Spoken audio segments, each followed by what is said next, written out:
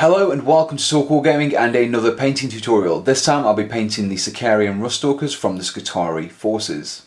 The miniature has been primed with a black spray primer as the majority of the colours will be quite dark in tone.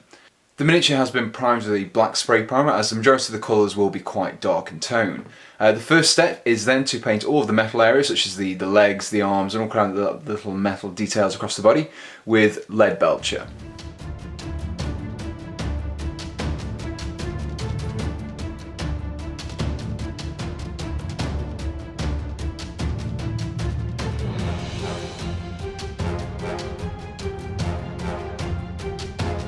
So once you've painted all the metal areas, and there are quite a lot of them on this miniature, we'll now be washing them with Agrax Earthshade.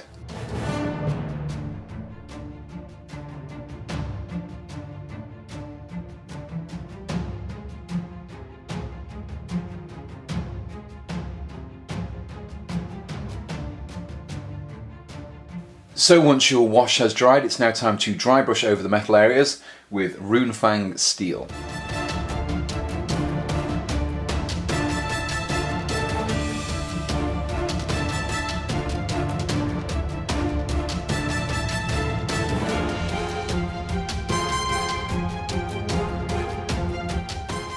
The next step is to base coat the brass areas with Warplock bronze, and these areas such as the hilt and a few kind of details around the model.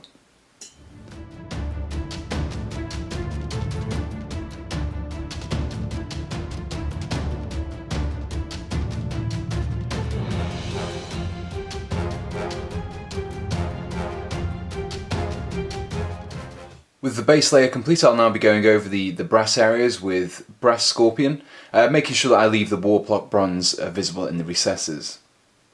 I will now be washing the brass areas with Agrax Earthshade.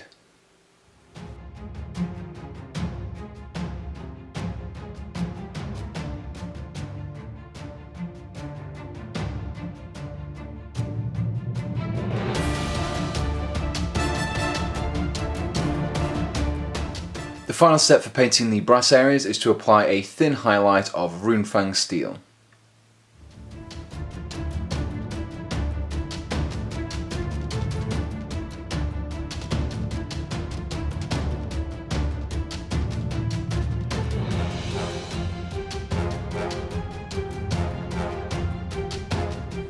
So the next step is to paint the pressure suit. However, the dry brush phase may have resulted in small amounts of silver appearing on the black area, so we'll just be kind of reverting them back to the base layer with Abaddon Black.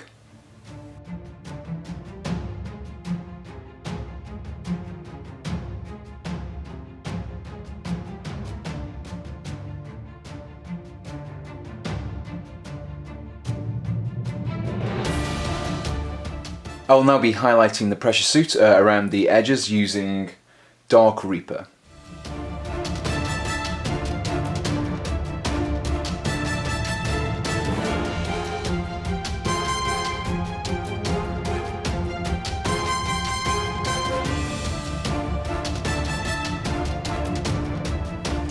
The next step is to paint the armour and the mask, and for this I'll be base coating with Khorne Red.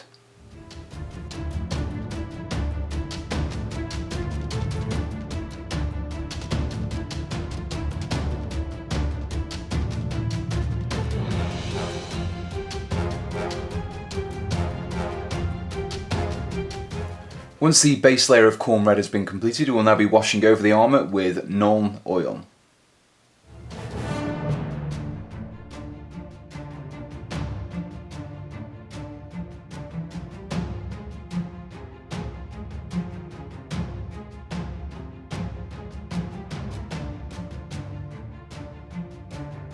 The wash should have darkened up the armour and as well as kind of improving the definition, and we'll be highlighting the edges using Evil Sunz Scarlet.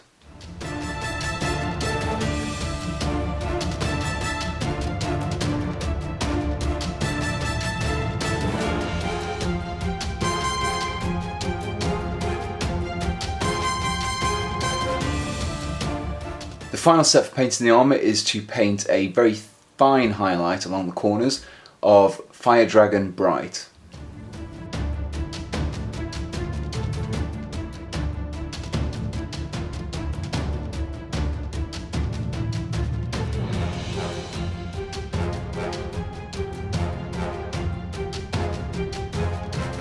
With the armour completed, I'll now be painting the pouches on the legs and also the strap that goes around the back of the helmet with Rhonix Hide.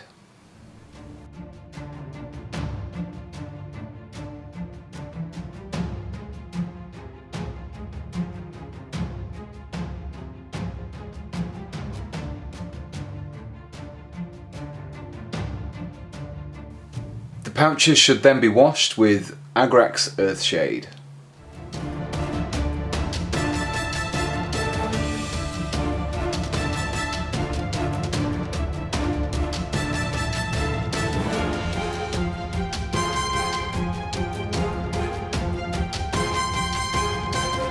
The first highlight of the pouches will be with Mournfang Brown.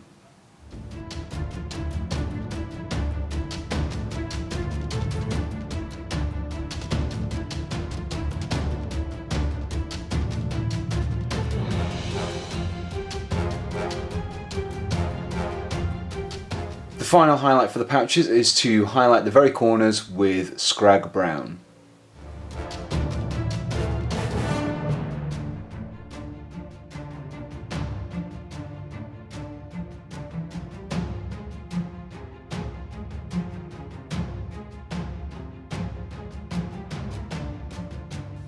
The next step is to base coat the transonic blade, and for this we'll be using Kantor Blue.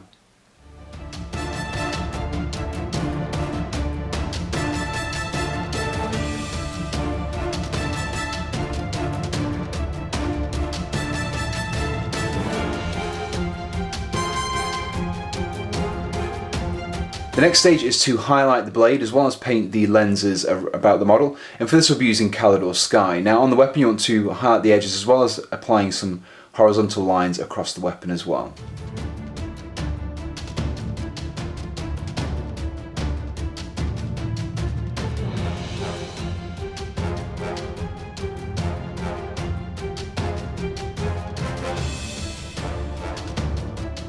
We will now be painting on an even finer highlight using Bahharoth Blue, and I'll be painting the same areas as we did before, the transonic blade and also the lenses.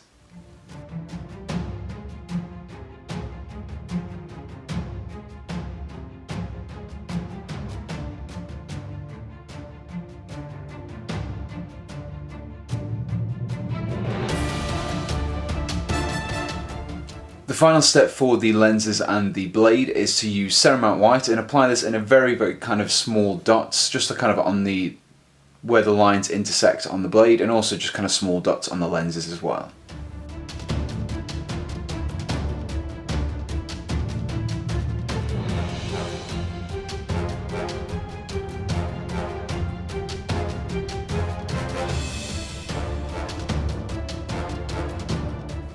The next step is to base coat the areas that we painted white and yellow in the following phases, and for this we'll be using Celestra Grey, and we're painting this on the icon at the back and also kind of in a chevron pattern on some of the pipes as well.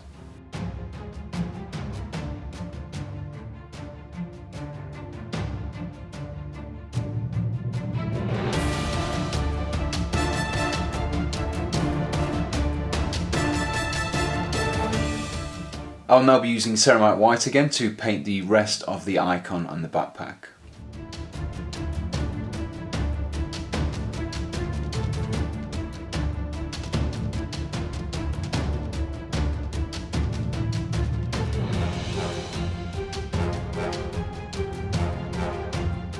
I'll now be painting the chevrons with Yriel Yellow.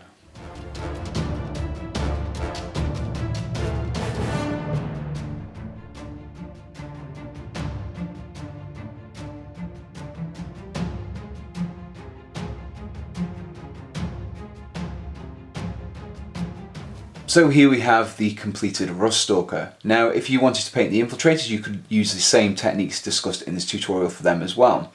If you wanted to paint the Princeps, the unit leader, if you take a look at my previous tutorial on how to paint the Vanguard, you'll be able to find information on how to paint the robes in there.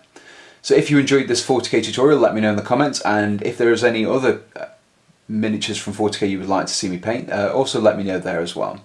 As always, thanks for watching and goodbye.